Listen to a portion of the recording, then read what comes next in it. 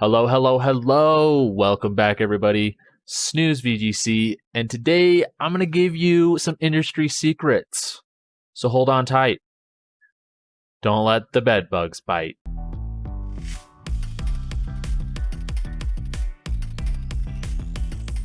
So a lot of top tier players always say to get better to look at your mistakes, to keep practicing, and to have bad ideas and try your hardest.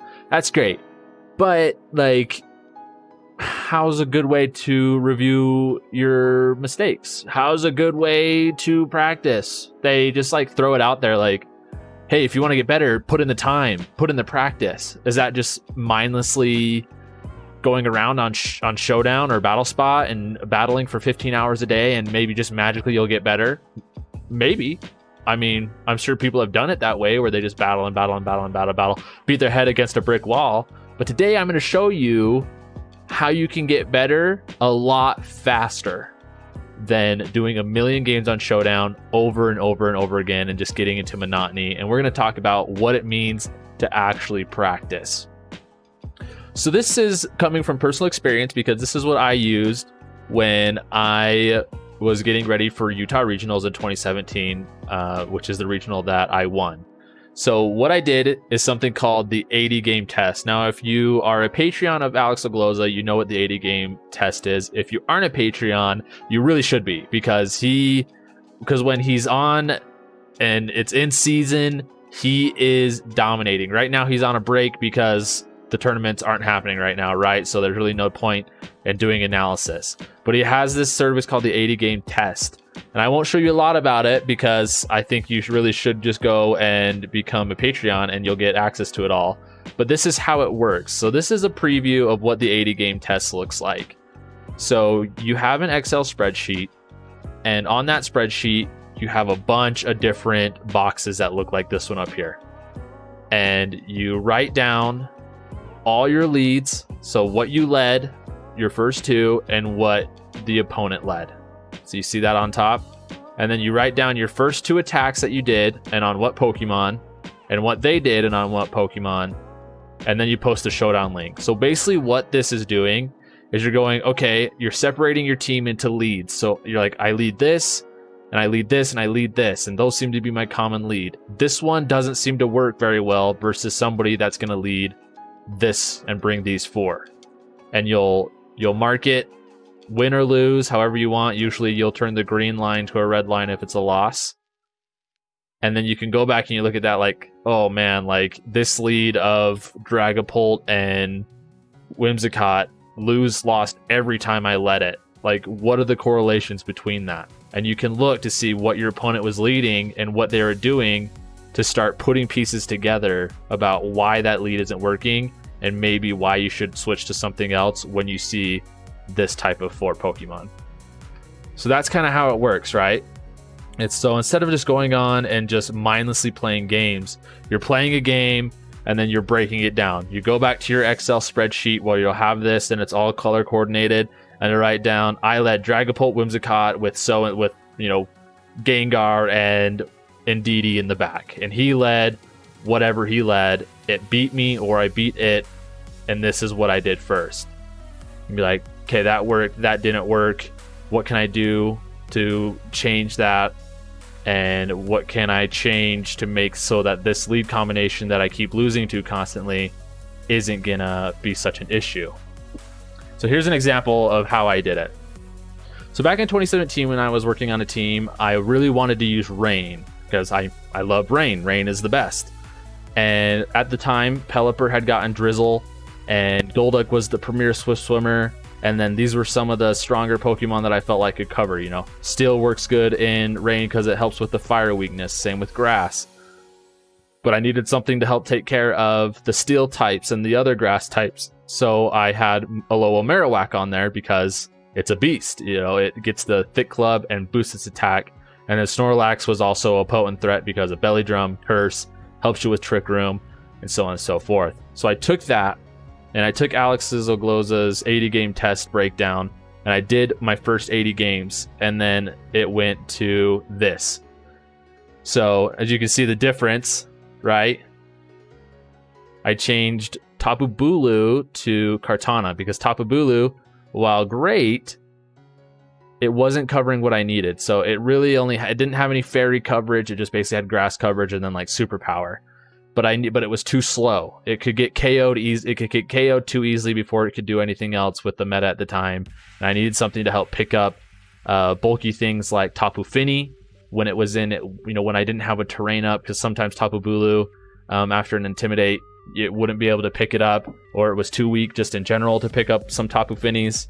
Kartana wasn't, and it had the steel coverage, it had the grass coverage, and it had the sacred sword fighting coverage, so I didn't have to worry about any defense boosts.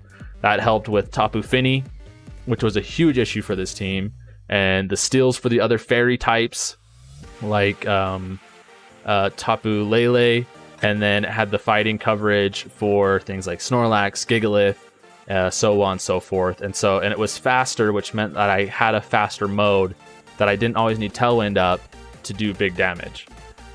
Then I changed Metagross to Porygon 2. I almost said Porygon Z. So you see that I kind of combined Metagross and Tapu Bulu into one Pokemon, the steel coverage and the grass coverage. So I had an extra slot, and so we thought that maybe putting Porygon 2 on there as like kind of a Trick Room mode for Snorlax was going to be ideal, and Porygon 2, much like the meta now, is just unkillable half the time, and it had Recover.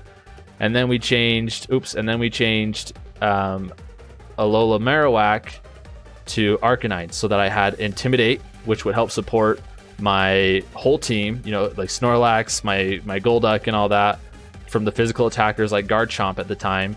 It also gave me a way to also take care of other steel types, other grass types. It had insane coverage. It had Flare Blitz, Wild Charge, Close Combat, and Extreme Speed.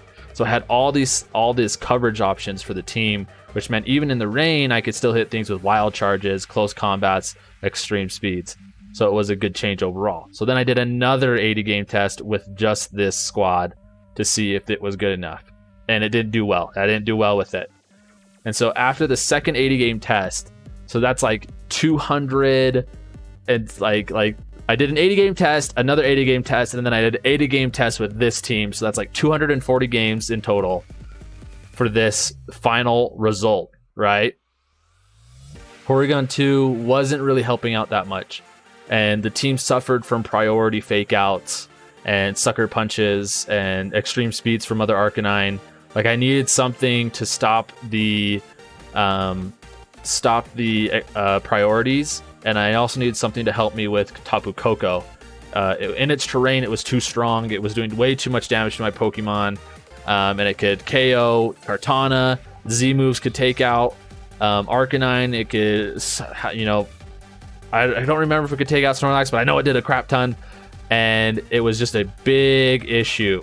And so I put on Tapu Lele, which in my opinion is the best Tapu, and paired that with Arcanine to be a secondary, mode when I couldn't bring rain, and it would just dominate. It helped me cover my Tapu Koko problem, helped cover the priority problem, and having Fairy and Psychic in the terrain, and then I put Choice Specs on it, it would just one-hit KO things. It would just absolutely annihilate things, or either that or soften it up for my rain in the back.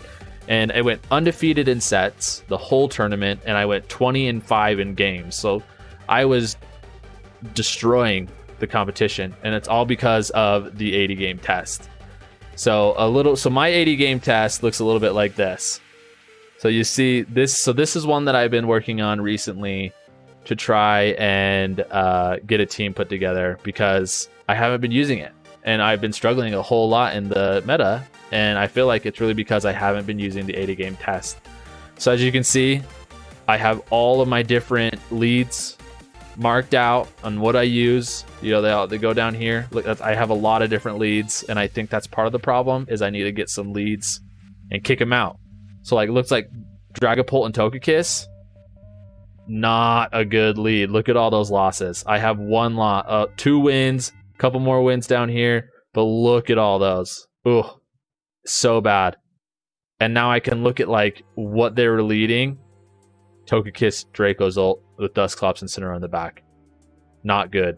That's not a good lead, And so doing this 80 game test is what pro players are talking about when they say practice, put in the work, and you'll get there eventually. Like, you got to be dedicated. And I know like you're like, oh, 80 games doesn't sound that much. When you are taking the time to do a battle, your best of your ability, trying to win, and then coming in here, writing this all down, coloring it in, writing down what they did and what you did, it can really add up. But I promise you guys that if you can do this 80 game test, and if you like stick with it, that it's going to be something that helps you improve immensely.